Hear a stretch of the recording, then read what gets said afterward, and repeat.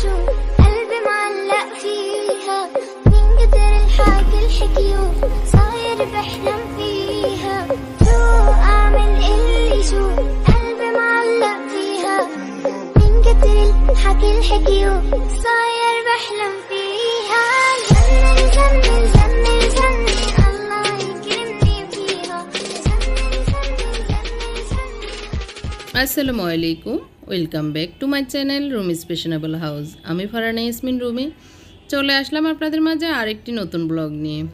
আশা করি আল্লাহর অশেষ রহমতে আপনারা সবাই ভালো আছেন, আমিও আল্লাহর রহমতে ভালো আছি। কালকে যে ব্লগটি দিয়েছি এটা কালকেরটা ছিল সকাল পর্যন্তই, মানে 12টা পর্যন্তই। এরপরে আসলে রান্নাবান্না আজকে একটু দেরি হয়ে গিয়েছে, মানে মুরগি এবং ছোটো মাছ ভিজিয়েছিলাম দেখিয়েছি গতকালকে, তো সেগুলি এখন রান্না করব।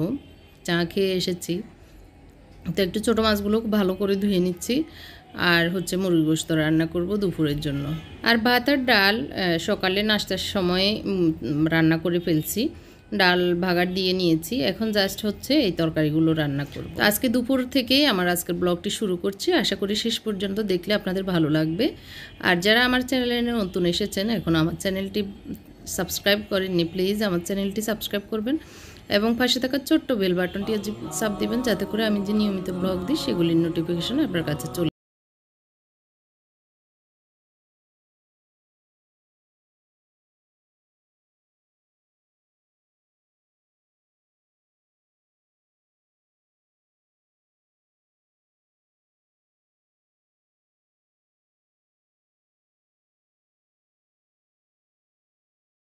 যেহেতু রান্না করব সেই কারণে টমেটো তো অবশ্যই লাগবে, সেই কারণে টমেটো কুটে নিচ্ছি। আমি 4-5টা কুটে নিয়েছি, মুরগির গোশতও দিব সেই কারণে।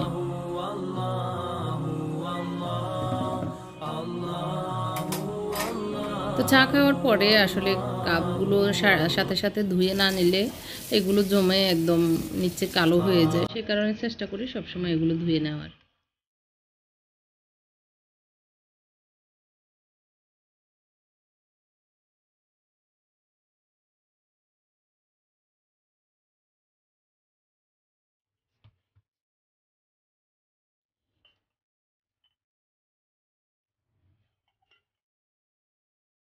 আমি ছোটো মাছ যেভাবে রান্না করি এইভাবে আমার কাছে ভালো লাগে, মজা হয়, আর মাছগুলো একদম গোটা গোটা থাকে, সেই কারণে আমি এইভাবেই রান্না করি। তো এখানে আমি লবণ পরিমাণ মতো দিয়েছি, হলুদ পরিমাণ মতো দিয়েছি, আর একটু মরিচ দিয়ে দিয়েছি একটু বেশি।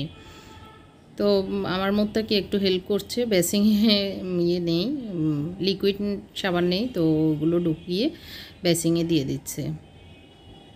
তো একটু রসুন দিয়ে দিয়েছি 1 টেবিল চামচ, ছোটো মাছে একটু রসুনটা বেশি লাগে, আর দিয়ে দিচ্ছি বেশি পরিমাণে পেঁয়াজ,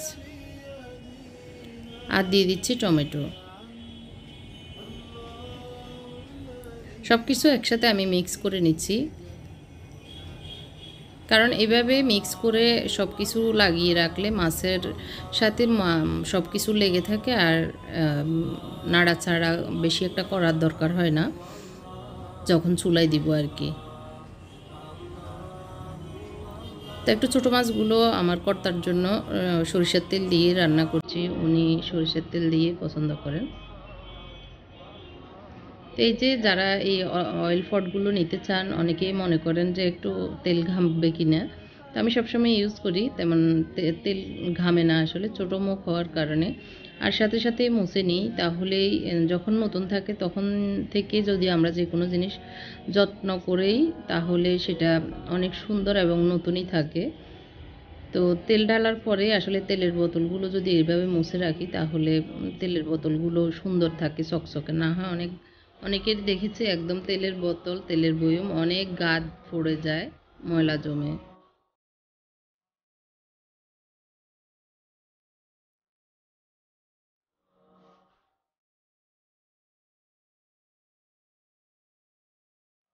তেল গরম হয়ে যাওয়ার পরে আমি মাছগুলো ঢেলে দিয়েছি, আর ঢাকনা দিয়ে দিব একটু মিডিয়াম লোতে রেখে আর কি।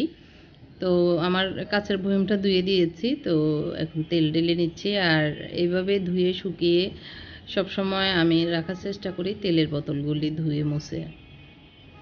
এই কাঁচের জারটা অনেক পুরনো আমার, এখনও কিন্তু নতুনের মতোই আর অনেকেই প্রশ্ন করছেন আমার এই চুলাটা, তো চুলার বিষয়ে তো আমার একটা ব্লগ আছে, আমি আই বাটনে দিয়ে দিব। অনেকের প্রশ্ন এটা কোথা থেকে নিয়েছি, কত দাম দিয়ে নিয়েছি, ভালো চলতেছে কিনা। তো আসলে এখন ইউজ করতেছি মাত্র 1-1.5 মাস হয়েছে, 1 মাস হয়েছে। তো ভালো এখনও বলাটা আমি মানে ভালো মনে করতেছি না, কারণ ইউজ যদি অনেক দিন করি তাহলেই রিভিউটা দিলে ভালো হয়।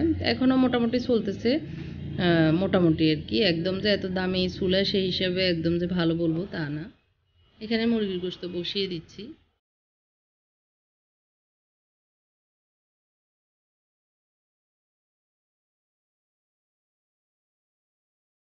আমার এই গ্যাস স্টোভের উপরে আমি একটা ব্লগ করেছি, সেটা আপনারা দেখে নিতে পারেন, তাহলে হয়তো আপনাদের আইডিয়া হবে। তো অনেকে আসলে চুলা কিনতে অনেক মানে চিন্তা ভাবনা করছেন, আমিও যেরকম কোন চুলা কিনবো এরকম টেনশন নিয়েছি, আমি সেটা বলেছি। তো সেটা আসলে সবার মনেই আসে। তো আসলে ভাগ্যেরও ব্যাপার, আর হচ্ছে দেখে শুনে নিলেই ভালো। আর এটা একটা প্রবলেম এখন বুঝতেছি যে ইয়েগুলি বার্নারগুলি আর কি, যে এখন ফাতিল বসিয়েছি যে স্ট্যান্ডটা, এটা অনেক ভারী। আর এটা একটু মাঝখানে ডালু হওয়ার কারণে মুছে পরিষ্কার করতে একটু ঝামেলা হয়, প্লেন হলেই মনে হয় ভালো হয় আর কি। আর এগুলি ভারী হওয়ার কারণে কিন্তু মানে ভয় লাগে, হাত থেকে পড়ে মনে হয় যে ভেঙে যাবে এরকম।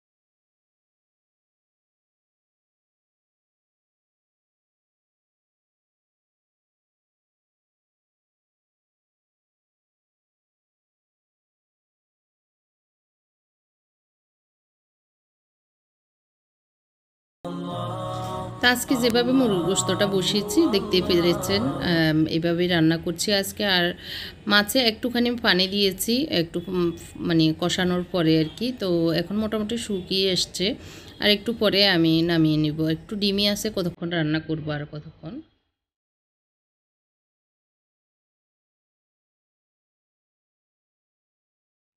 এই যে হয়ে গিয়েছে, এখন আমি চুলাটা বন্ধ করে দিচ্ছি।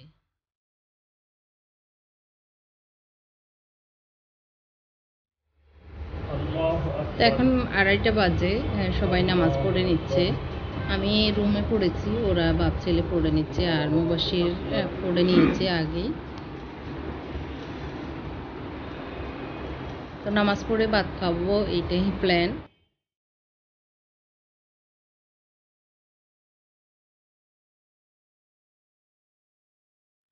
তো সকালের একটু পাতাকপি ভাজিয়েছে, মুরগির গোশত, আজকে ডাল, আর হচ্ছে ছোট মাছ। এই তো সিম্পল খাবার।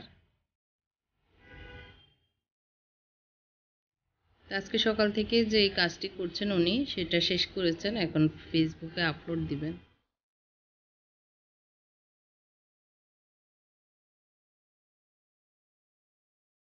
তো আমি ভাজির প্লেটে বসে গিয়েছি, আগের যুগে কিন্তু এরকম বাসনেই খেত। তো এখন আমরা একটু বের হব। তো তার আগ দিয়ে এটা শ্যুট করা ছিল রমজানে। এই যে আমার হাতে অনেকেই দেখেছেন, অনেকে প্রশ্ন করেছেন আপু আপনার হাত ছিঁড়ে গিয়েছে কিনা। তো আসলে অ্যালার্জি, আমি যখন চুড়িগুলো পরেছি দুইটা করে, তখন আমার এই হাতে অ্যালার্জি হয়ে খুব চুলকিয়ে এই যে দাগ ফেলে দিয়েছি। আর এত বেশি চুলকানো হয়েছে যে মানে ব্যথা হয়ে যেত এরকম আর কি। তো এখনও শুকায়নি, চুড়ি দিয়ে দেওয়ার পর থেকে এরকম হচ্ছে কেন যেন আল্লাহ ভালো জানে। তো আমরা একটু বেরিয়েছি, আমার ছোটো ভাইয়ের শোরুমে এসেছি, আমাদের শোরুমে এসেছি। তো এখনও সব দোকান খুলেনি, বন্ধ। তো এখন একটু ঘুরে দেখতেছি। ও এসেছিল ওর কাজে, তো ওর দোকানে বসে আমার একটা স্টাফ আজকে নতুন নিয়োগ দেওয়ার জন্য ওকে ডেকেছি। তো সেই কারণে আমরা বসে একটু কথা বলছি বা ইন্টারভিউ নিচ্ছি আর কি। তো ওনাদেরকে একটু নাস্তা খাওয়াতে হয়েছে। আর এদিক দিয়ে বের হয়ে মাগরিবের পরে আর কি আমরা ওখানে দোকানে বসে আমি নামাজ পড়েছি, আর ওরা মসজিদে গিয়ে পড়েছে। এরপরে দেখি যে তালতলার সামনে অপোজিটে যে কারেন্টের যে পিলারগুলি সেগুলিতে আগুন লেগেছে। তো দেখে ভয় লাগতেছে। আর এখানে আমাদের যেহেতু বাসা, তো আসলে ভয় লাগে মানে কারেন্টের ব্যাপার হলে আর কি। তো আমরা রিকশায় বসে একটু দেখতেছি, আমরা দুজন একটু অন্য কাজেও যাচ্ছি এইদিকে আর কি। তো এর ভিতরে দেখতেছি ফায়ার সার্ভিস সাথে সাথে এসেই পানি মেরে মানে আগুনটা নিমিয়ে দিয়েছে। আমাদের পিছনেই ফায়ার সার্ভিস এসেছিলো আর কি। তো বেশি সময় লাগেনি, আল্লাহর রহমত আর কি। তো এরপরে আসলে কাজটা সেরে আমরা বাসায় চলে এসেছি, খিদাও লেগেছে। বাইরের আসলে আর কোনো খাবার আমরা খাইনি। তো ওরা মুনতাসিরের ইচ্ছা এই মানে স্পাইসি ইয়েটা নুডলসটা এনেছিল। তো এটা অনেক আগে এনেছে, তো এখন আজকে খাবে। তো ওরা ভাই মিলে ওটা করে নিয়েছে। তো আমি আমার হাজব্যান্ড সহ আমরা সবাই খাবো, এই কারণে রাতের খাবারও হয়ে যাবে। একটু স্যান্ডউইচ করে নিচ্ছি। তো এখানে পেঁয়াজ দিয়েছি পরিমাণ মতো, আর একটু হলুদ আর সবুজ ক্যাপসিকাম দিয়েছি, কাঁচামরিচ দিয়েছি, একটুখানি রসুন দিয়েছি, আর দিয়ে দিচ্ছি আদা। সব কিছু একসাথে দিয়ে হালকা ভেজে নিচ্ছি। প্রথমে আমি পেঁয়াজটা একটু হালকা ভেজে নিয়েছি, তারপর সব কিছু দিয়ে আবারও ভেজে নিচ্ছি। আর আগুনটা মিডিয়াম আঁচে একটু বেশি হাইতে রেখেছি। 2 টেবিল চামচ ময়দা দিয়েছি, দিয়ে আটাও দেওয়া যাবে, অসুবিধা ভালো করে নেড়ে ছেড়ে ভেজে নিয়েছি। নেওয়ার পরে এখন আমি এখানে চিকেন স্টক দিয়ে আমার মানে পাউডার দুধ মিক্স করে এখানে দিয়ে দিয়েছি। আর যদি তরল দুধ থাকে তরল দুধও দেওয়া যাবে। আমি চিকেন স্টকটা দেওয়ার চেষ্টা করছি, আর হচ্ছে যেহেতু তরল দুধ নেই সেই কারণেই পাউডার দুধ দিয়েছি। আর পরিমাণ মতো একটু লবণ দিয়েছি। আমি কোনো এখানে আজকে সস ইউজ করব না, সেই কারণে আমি আর একটু স্টক দিয়ে দিয়েছি, কারণ বেশি এখনও মনে হয় যে হয়নি, মানে আরেকটু রান্না হলে ভালো লাগবে, সেই কারণে আরেকটু পাতলা করে শুকিয়ে নিচ্ছি। এখানে দিয়ে দিচ্ছি 1 চা চামচের মতো ব্ল্যাক পেপার। ভালো করে ফুটে ওঠার পরে আমি চিকেনগুলোকে সিদ্ধ করে রেখেছিলাম আদা, রসুন, লবণ আর হচ্ছে একটু মরিচ পাউডার দিয়ে। তো সেগুলোকে হাত দিয়ে আমি এভাবে ছিঁড়ে নিয়েছি কাঁটা চামচের সাহায্যে। তারপর 2টা স্লাইস চিজ দিয়েছি, আর অথবা মোজারেলা চিজ দিলেও হবে। দিয়ে ভালো করে নেড়ে ছেড়ে দিচ্ছি, আর একটু চিলি ফ্লেক্স দিয়ে দিয়েছি একটু স্পাইসি হওয়ার জন্য। তো ভালো করে নেড়ে ছেড়ে একদম মোটামুটি হয়ে আসলে আমি চুলাটা বন্ধ করে দিব, শুকিয়ে আসলে আর কি। তো এদিক দিয়ে আমি আমার যে স্যান্ডউইচ মেকারটা সেটাকে একটু তেল লাগিয়ে নিচ্ছি। আর হচ্ছে আজকে স্যান্ডউইচ মেকারে করব, কারণ এইভাবে হলে গরম গরম মুড়মুড়ে খেতে ভালোই লাগে। অথবা তাওয়াতেও করা যাবে, এটা যে একদম স্যান্ডউইচ মেকার লাগবে সেটা কোনো ব্যাপার না। তাওয়াতেও মানে পাউরুটিগুলো চেকে করলে খেতে একটু ভালো লাগে আর কি। এদিক দিয়ে আমি একটু মিক্স চিকেনগুলো দেওয়ার পরে একটু বার্গারের সস দিয়ে দিয়েছি উপর দিয়ে, তারপরে পাউরুটিগুলো দিয়ে দিচ্ছি। আপনারা চাইলে পাউরুটির সাইডগুলো কেটে নিতে পারেন। আমরা যেহেতু নিজেরাই খাবো সে কারণে আর সাইডগুলো কেটে নিয়ে নিই। আমাদের রাতের খাবার আজকে এটাই ছিল। রাতে আর আসলে এগুলো খাওয়ার পর আর রাতে কেউ কিছুই খায় না, তো সে কারণে একটু বেশিই করে নিব সবার জন্য। আজকের এই বিকেলের নাস্তাটা কেমন লেগেছে কমেন্ট করে জানাবেন। আর সহজে এগুলি করা যায়। বুকের একটু মাংস সিদ্ধ করে রাখলে ঝটফট এরকম স্যান্ডউইচ তৈরি করে খেতে অনেক মজা লাগে। আর বার্গার সস দিয়ে আর একটু সস বানিয়ে টমেটো সস দিয়ে একটা সস তৈরি করে নিয়েছি, যার কারণে খেতে অনেক বেশি ভালো লেগেছে। এখন এশারের নামাজটা পড়ে নিচ্ছি আমরা সবাই। আমি রুমে পড়ছি, ওখানে আসলে বাতাস লাগে না পিছনে, তো সেই কারণে আমি আলাদাই পড়ছি। তো এরপরে আসলে অনেকগুলো কাপড় জমে গিয়েছে, সেগুলো ভাঁজ করে নিচ্ছি। তো কাপড় ভাঁজ করাটা আমার জন্য একটা বড় কঠিন কাজ। এই কাজটা করতে আমার অনেক কষ্ট লাগে, মানে কষ্ট বলতে বিরক্তি আর কি। তারপর উপায় নেই, ঘরে তো আর কোনো মেয়ে নেই, আমাকেই করতে হবে। তো মাঝে মধ্যে ওরাও করে দেয়, একদম যে করে না তা না। তো এই তো মুনতাসির হেল্প করে দিচ্ছে, ও কাপড়গুলো জায়গা জায়গা রেখে দিবে, কোনটা কোন জায়গায় রাখা দরকার। তো এই কাজটা বড় ইম্পর্টেন্ট। এগুলো ভাঁজ করার পরে জায়গায় রেখে দেওয়াটাও কিন্তু অনেক বড় কাজ, সেটা করে দেয় সবসময় মুনতাসিরেই। ওদেরকে ডাকলে ওরাও করে। এখন হচ্ছে রাত 2টার দিকে, আসলে এত জোরে জোরে চিৎকার শুনে আমি নিজেও ঘুম থেকে উঠে বাইরে দেখি এই যে ঝগড়া লেগেছে বাইরে। এগুলো হচ্ছে পান বিক্রেতা বা ফুটপাতের আর কি। তো অনেক ভয় লাগতেছে, মনে হচ্ছে মারামারি হবে এরকম। যাই হোক, আজকের ব্লগটি কেমন লেগেছে কমেন্ট করে জানাবেন। সবাইকে আল্লাহ পাক যেন ভালো রাখে সেই দোয়া রেখে আমার আজকের ব্লগটি এখানে শেষ করছি। আমার জন্য সবাই দোয়া করবেন। আল্লাহ হাফেজ, আসসালামু আলাইকুম।